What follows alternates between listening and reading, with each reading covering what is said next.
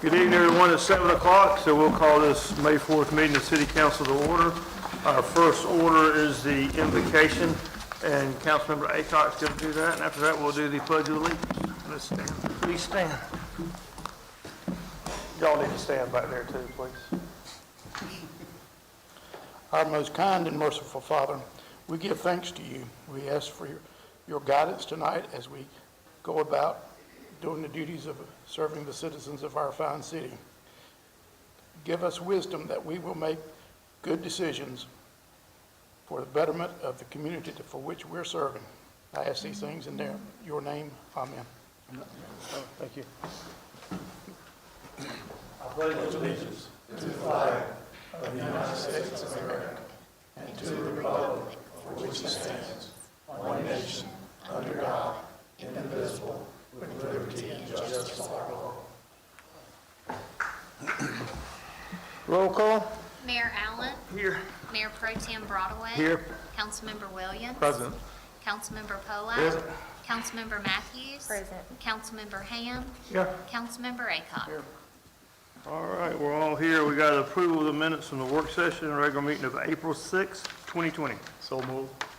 Second. Any discussion? All in favor, raise your right hand. The minutes are approved. Presentations, Employee Performance Award. Yes, sir.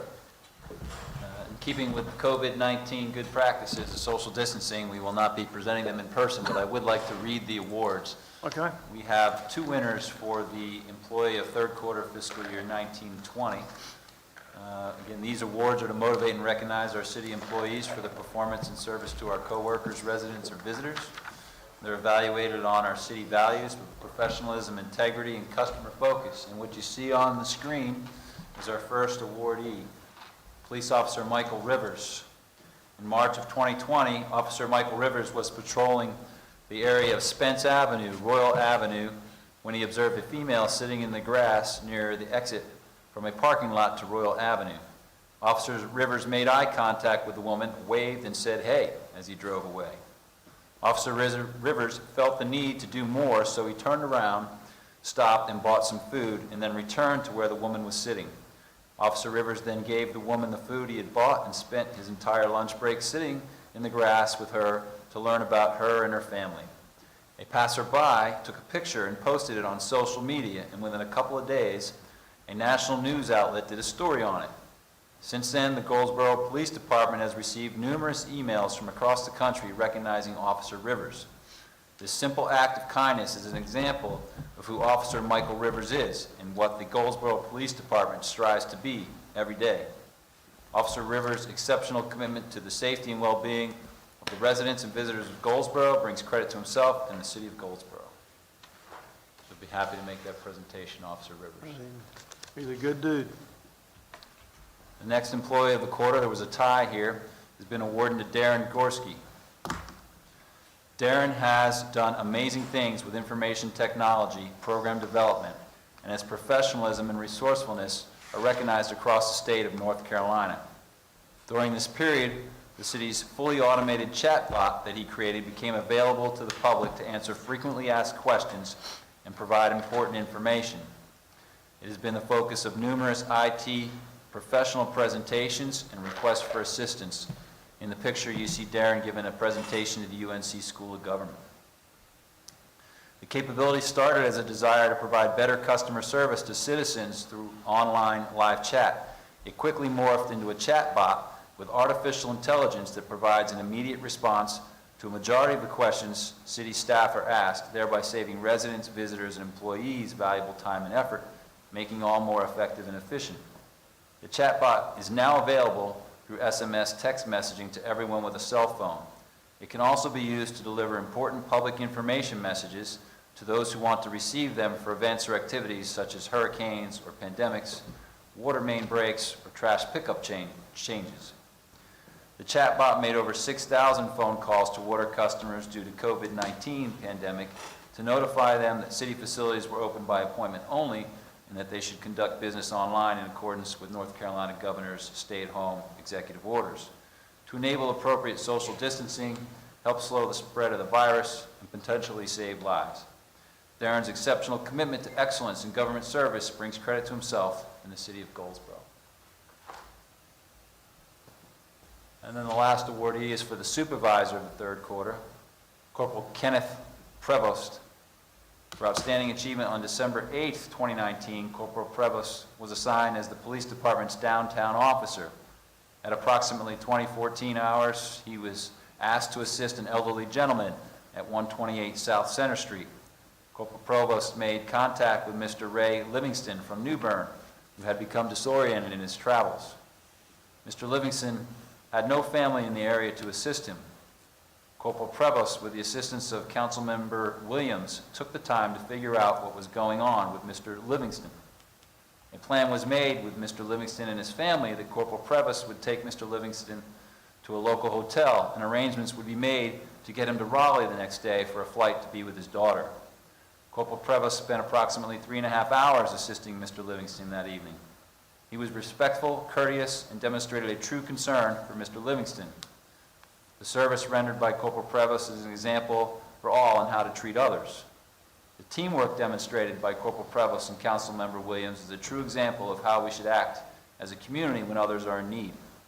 Corporal Prevost's exceptional commitment to safety and well-being of a Goldsboro visitor brings credit to himself and the city of Goldsboro. And that's our presentation. Well, it's a shame we can't have them here, because that's three really good dudes that are doing really good stuff to represent the city, and I hate that we can't do that in person. But do let them know that we really appreciate what they do, and Yes, that's a sir. great thing. All right, we'll move to public comment period. Is anybody here to talk from the public? We got 3. All right, send one in. Melissa, you got the 3 minutes? Yes. Bear with me.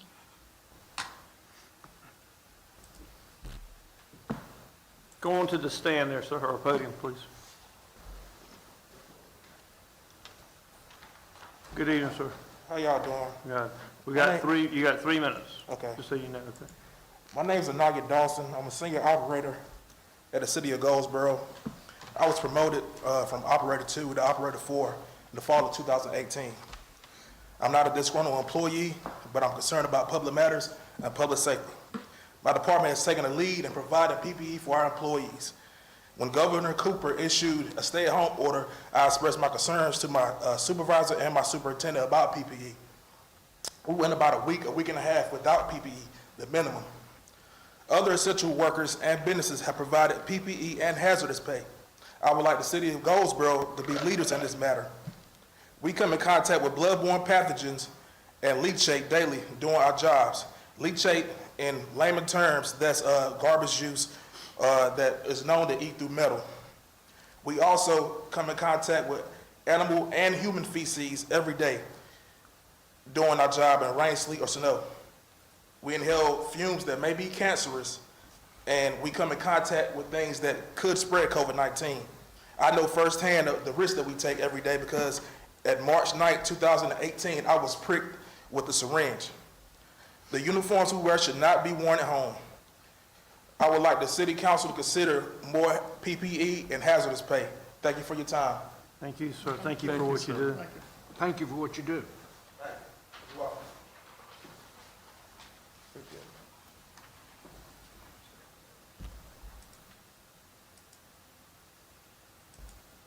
Was he a firefighter or sanitation? Okay, I couldn't tell which one. You messed me up with that operator 4. Okay, now how do I reset this?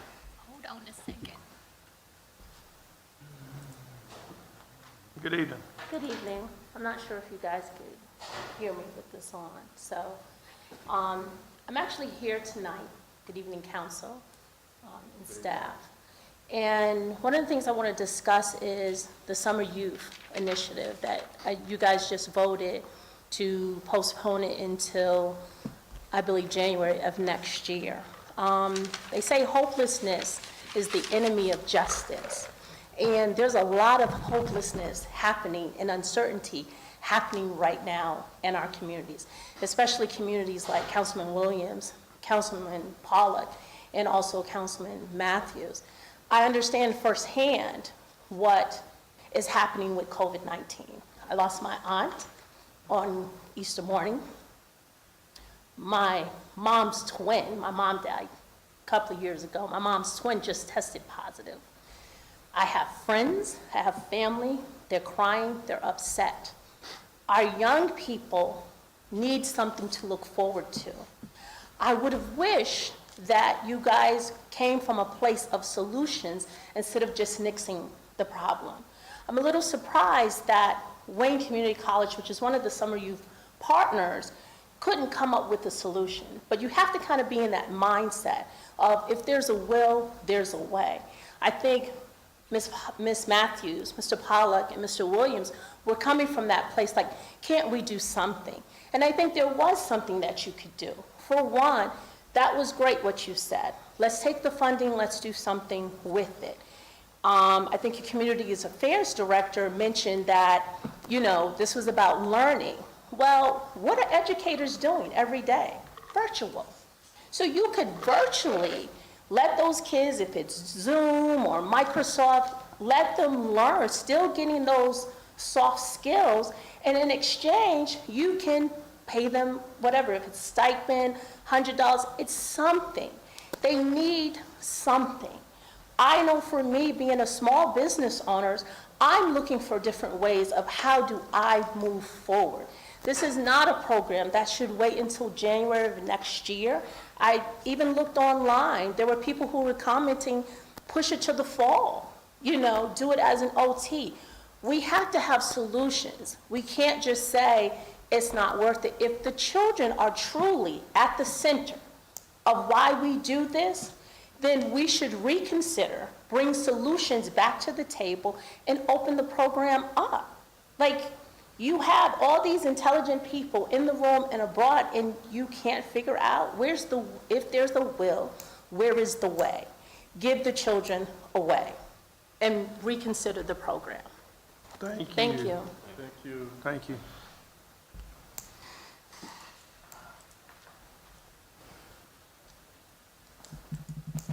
So we got one more.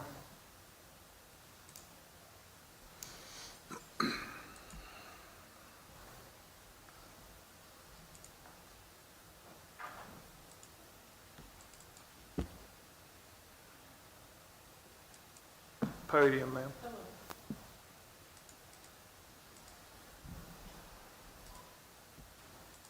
Good evening. Good evening. Good evening, everyone. My name is Sakia Royal, and I am a state worker and a vice president of UE 150 local, and it is a public service workers union here in the state of North Carolina. We have a national union that crosses about 26 states in this country, but in our North Carolina, we cross the whole state. Let's see, we have members in 7 DHHS facilities, including Cherry and Oberry.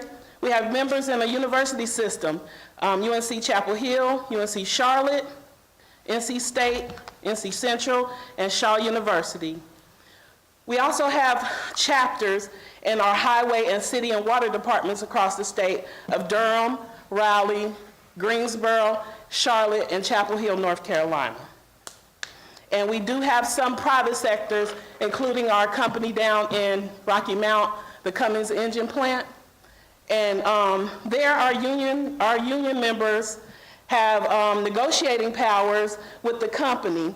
And also with our DHHS workers, we have a right to meet and confer, and we have a meet and confer with Cody Kinsley and the rest of the DHHS staff quarterly.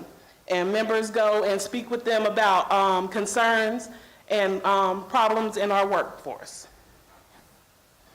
Let's see. I am here to stand in solidarity with the city of Goldsboro city workers and asking for the proper protective equipment to do their jobs and hazard pay to have to come out in the community to risk their lives and their families' lives to do the work that they are deemed necessary to do. As a state worker, I understand the burden and the privilege to be called essential workers in this time. You know, it's a privilege because, you know, we do this work every day willingly in regular times, and, you know, during the time of crisis, people are finally recognizing the importance of what we do. But it's a burden because we cannot follow the national shelter-in-place rule, and we cannot properly social distance. So we are putting ourselves at risk, we are putting our families at risk, and, you know, we have workers across the country, fast food workers, you know, private and public sector workers that are receiving the proper PPE, they are receiving hazard pay, because people understand that it is important for them to be protected, because if you're protecting the workers, you're protecting the community.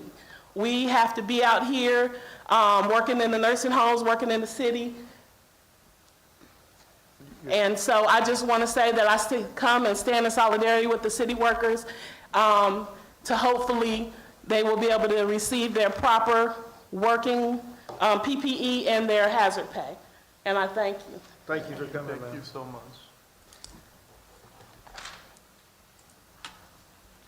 Are there anybody else to speak? That's it. Is that it? All right, well, we'll close the public comment period time.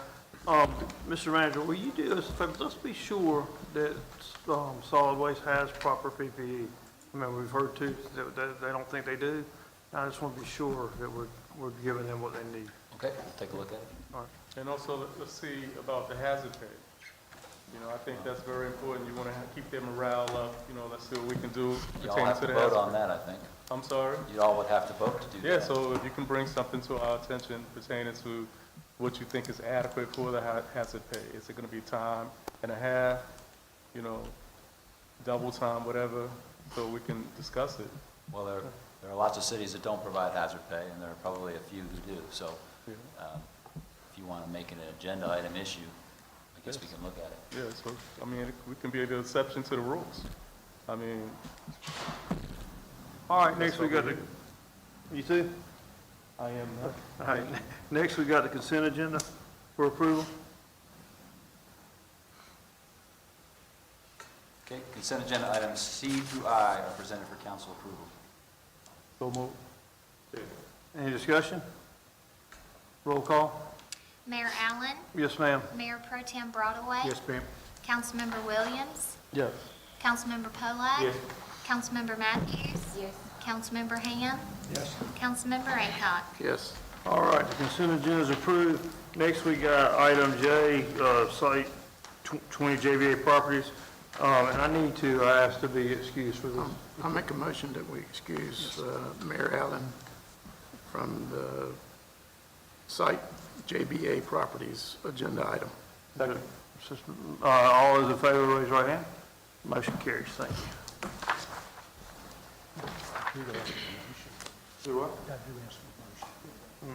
No, because of the planning commission.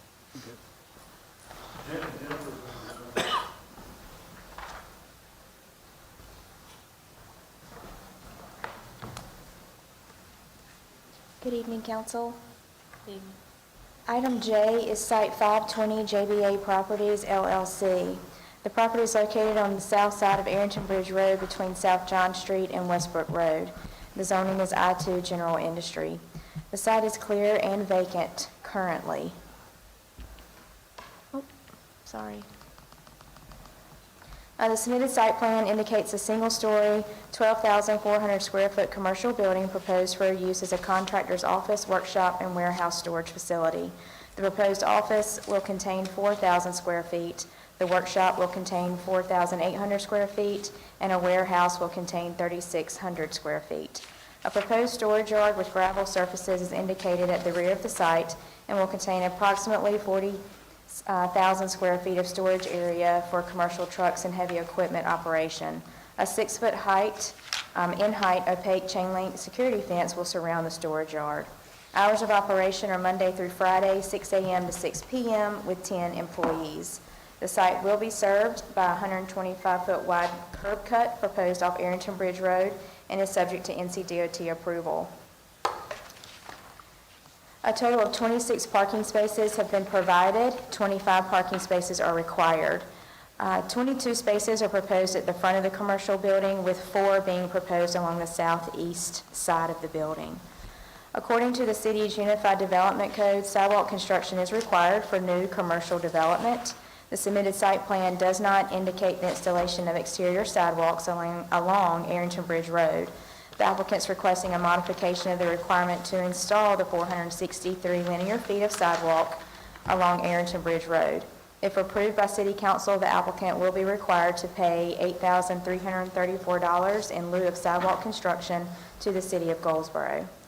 Since the subject property is zoned I-2 General Industry, a Type A 10-foot wide landscape buffer is proposed along the southern and southeast property lines.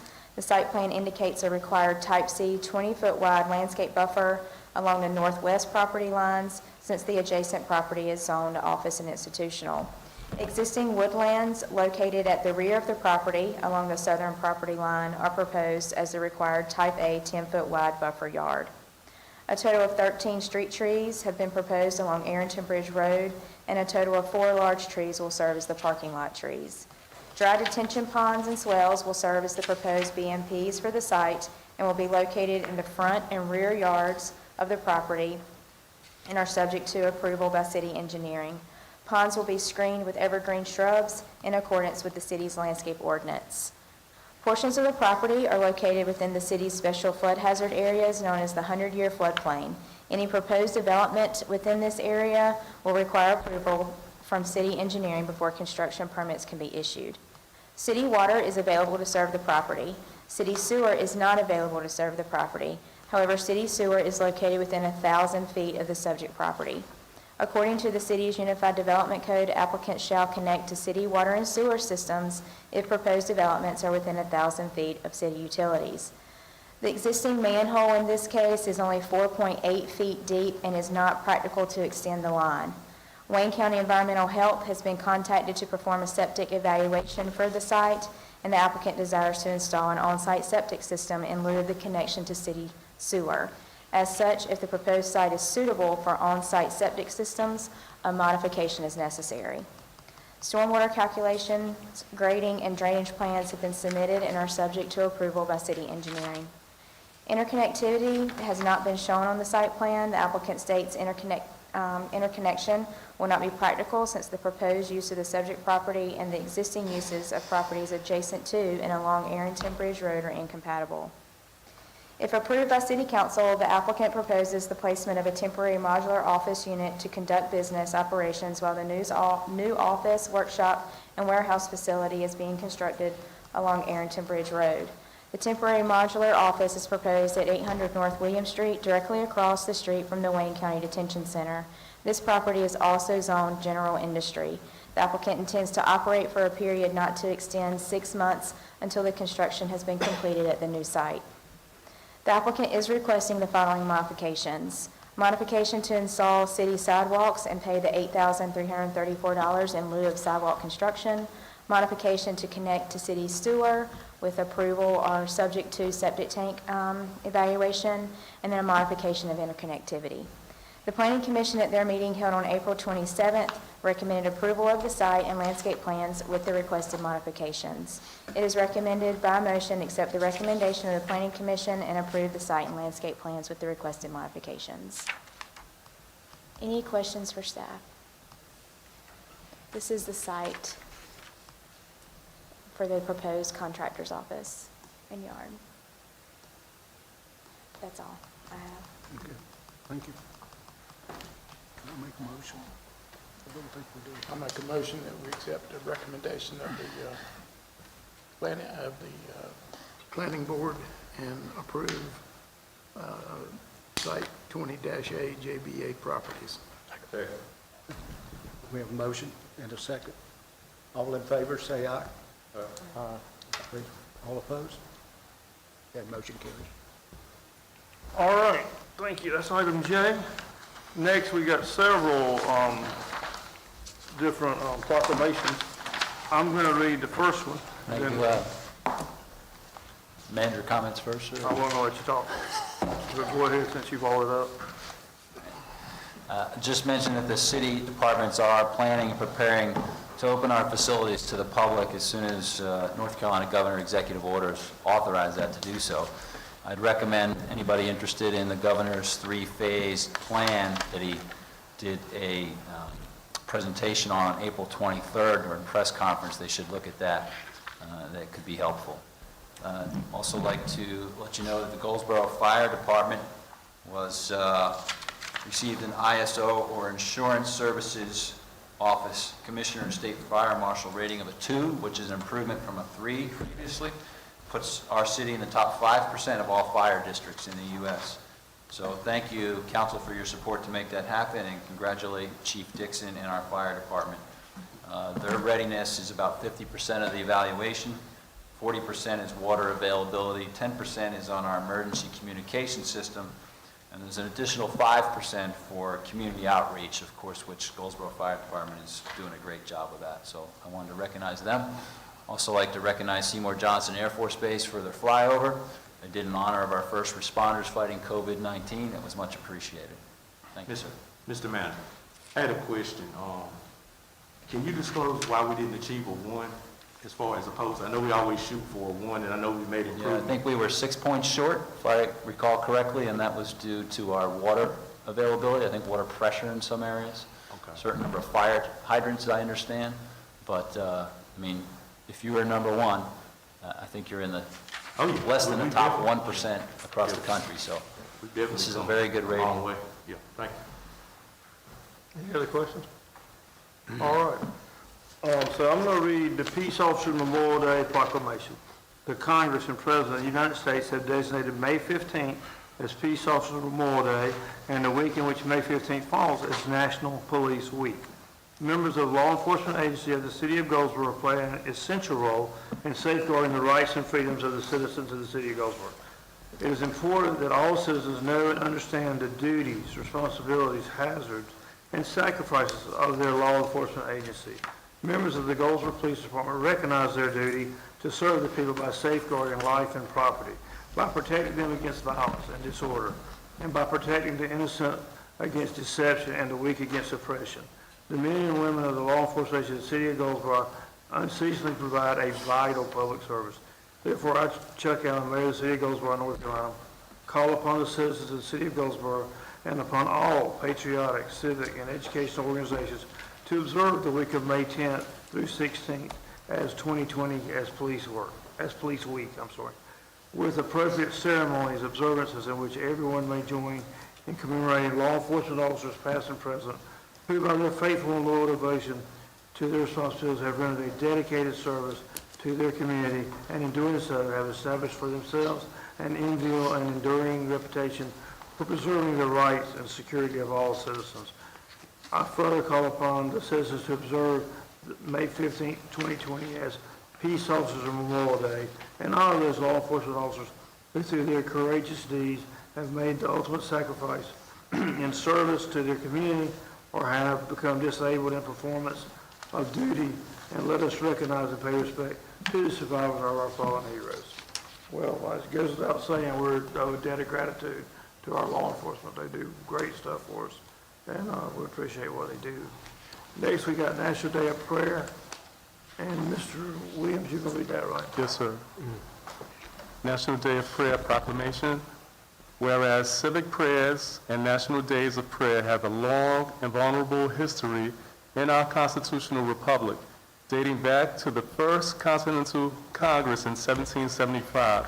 And whereas the Declaration of Independence, our first statement as Americans of national purpose and identify, made the laws of nature and nature's God the foundation of our United States of America, and asserted that people have inalienable rights that are God-given, and whereas created in 1952 by a joint resolution of the United States Congress and signed into law by President Harry S. Truman, the mission and purpose is to encourage prayer for our country and personal repentance. And whereas in 1988, legislation setting aside the first Thursday in May of each year as a National Day of Prayer was passed unanimously by both House of Congress and signed by President Ronald Reagan.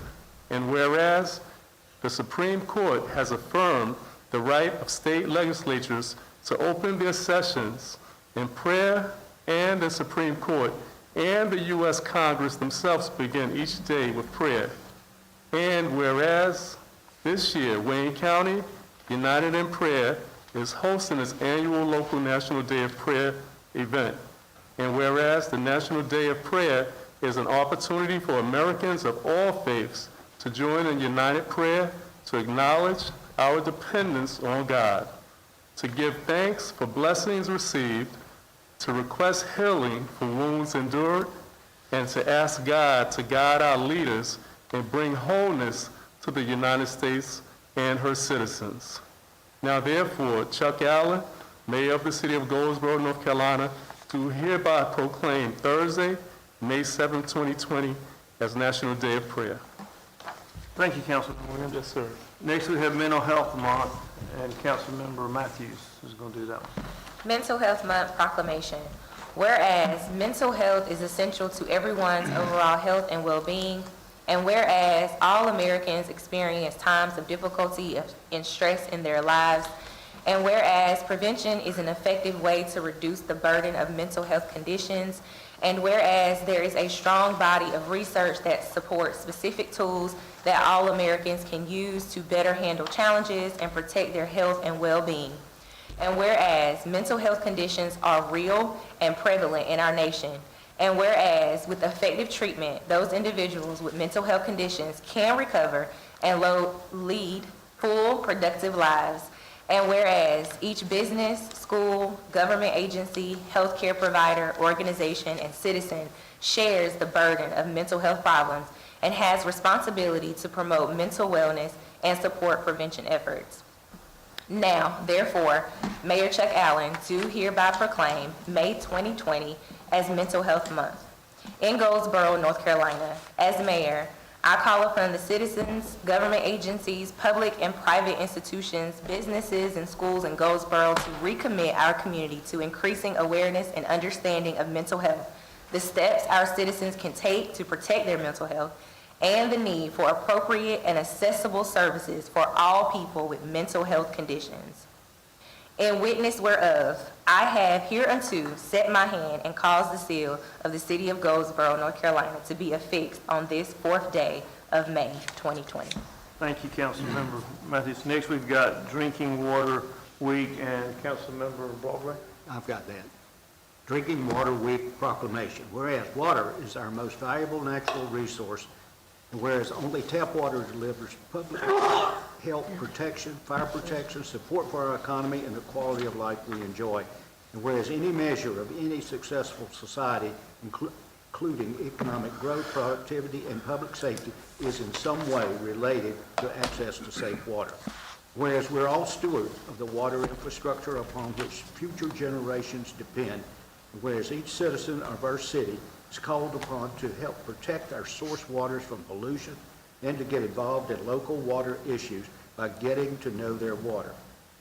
Now therefore, Chuck Allen, Mayor of the City of Goldsboro, does hereby proclaim May 3 through 9, 2020 as Drinking Water Week, and encourage all citizens to recognize the efforts of the many hardworking individuals in our public utilities and public works department who ensure that we always have safe, clean drinking water.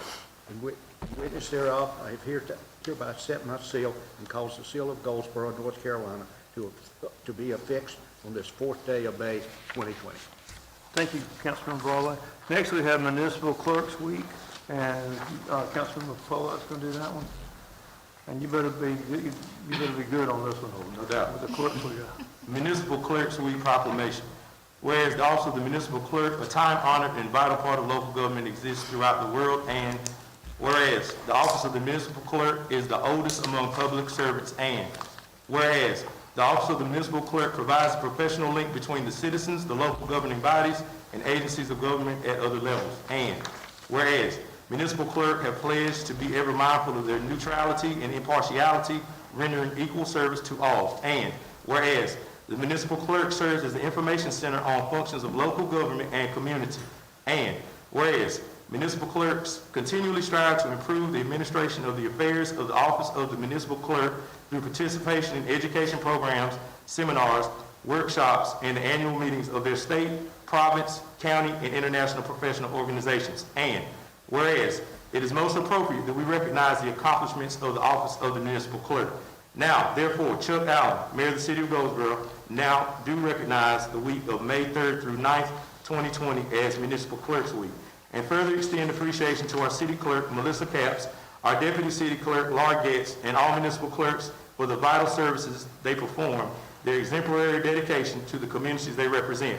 In witness thereof, I have hereunto set my hand and caused the seal of the City of Goldsboro, North Carolina, to be affixed on this 4th day of May 2020. Thank you, Councilmember Fulton. And Melissa, we do thank you and Laura for what y'all do. Y'all do a lot to keep that office straight, Well, thank you. so, and keep us straight. That's probably even harder. It's an honor. All right, next we have Coats and Ties Off proclamation, and Councilmember Aycock I don't understand how I got this one. said he had to do this one. Whereas the southeastern region of the United States, and especially our Sun Belt states, experience hot, humid temperatures in the summer months of May through September. And whereas soaring temperatures will soon reach the Carolinas, and more specifically the Goldsboro area. And whereas during this time, all citizens are encouraged to be good stewards of our energy sources. And whereas while trying to keep their cool by wearing lightweight suits and ties, all men continue to swelter into hot, humid weather. And whereas it has become the tradition that we exchange our coats and ties for common sense and no longer deny ourselves some small degree of comfort and dignity. Now therefore, I, Chuck Allen, Mayor of the City of Goldsboro, North Carolina, by virtue of the powers vested in this office, do hereby proclaim reason above custom and urge all Goldsboro citizens to doff their coats and ties for the duration of the summer, effective May 1st, 2020 until September 30th, 2020. In witness thereof, I hereunto set my hand and cause the seal of the City of Goldsboro to be affixed on this, the 4th day of May, 2020. Thank you, sir. All right, next we'll move to councilmember comments. We'll start with Mr. Williams with you. I just want to suggest, because I can't tell any of the citizens what to do, but please practice social distancing. It's a serious matter. I looked at Governor Cuomo, and he was just talking about what his state is going through. And I've seen in our city where people haven't been practicing social distancing, and I'm very concerned. So, you know, think about yourself, think about your family, think about your friends. You know, it's okay to tell someone that, you know, that in a polite way that they're not practicing social distancing, you know, because you don't need to bring something home to your family and they end up sick, you end up sick. So please, if you have a mask, wear a mask. If you don't have to go outside, don't go outside unless it's necessary. Thank you, and stay safe. Thank you, sir. Councilmember Broadway. I certainly agree with the social distancing. I'd also like to thank our city workers, our sanitation workers. Those guys really are out on the front line, and our fire and police. They're there in EMS, and just tell them thank you if you see them. That's all I have, sir. Thank you, sir. Councilmember Paul. That's like I said, there's a lot of great things going on within the city. I just wanted to recognize the prompt response from engineering and Mr. Marty Anderson for addressing the concerns immediately for the residents on Hooks River Road. The streets weren't satisfactorily filled after a private contractor did road cuts, leading to the damage of a resident's vehicle in front of my very eyes. I'm glad that the resident informed me of this prior to me coming out, and I was able to convey the information to Marty, and his efforts got the situation handled ASAP. For that very reason, being that I don't frequent Hooks River Road a lot, I established a system where I'm soliciting volunteers throughout the various sectors of my district to serve as liaisons for concerns in their communities. I've already have some on the north end of William Street that have volunteered, so this is a plea for me to solicit as far as also on Harris Street where my district ends. So I'm just publicly soliciting support from the community and the separate areas, since we can't meet as a large group, for representatives, which I call captains for the community, to inbox me and inform me of issues that they have And last but not least, I want to thank the young man from Public Works that was bold enough to speak on behalf of his colleagues that may not have been as assertive as him as far as doing the research and getting in contact with the lady from the union. That's all I have. Thank you. Be safe. Thank you, sir. Councilmember Matthews? No comment. No comment? Councilmember Ham?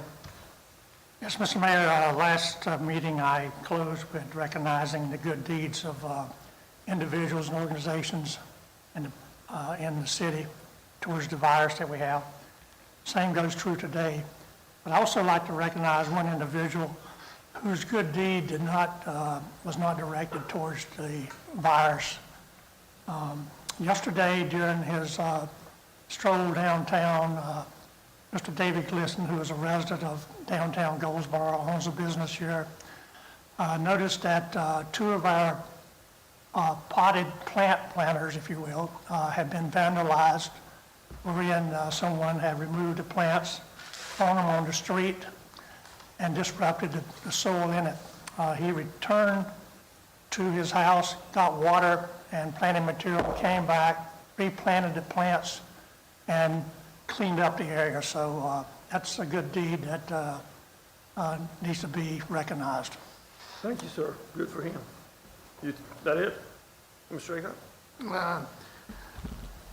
I want to thank the Public Works Department and the City of Goldsboro employees for their loyalty to the city and thank them for what they do. At the same time, I want to thank the police department and the fire department and all the essential workers in Wayne County, because without them, we would be in much more trouble than what we're in right now. So I want to give them a heartfelt thank you. All right, that it? Yep. All right, well, follow along that, I think the fire department going to a 2 is a pretty good deal. I mean, I know we've talked about that for years, so I want to thank Chief Dixon and all his staff for doing that. I want to really thank our performance winners, like they all were really good deeds that they were doing. And then, along with what everybody else has done, I want to thank all our staff for all the work that we're doing. We've got some good stuff going on. Is there more to do? Absolutely. But we're doing some good stuff, and I just want to thank everybody for their part. And with that, we'll stand adjourned. Thank everybody for coming.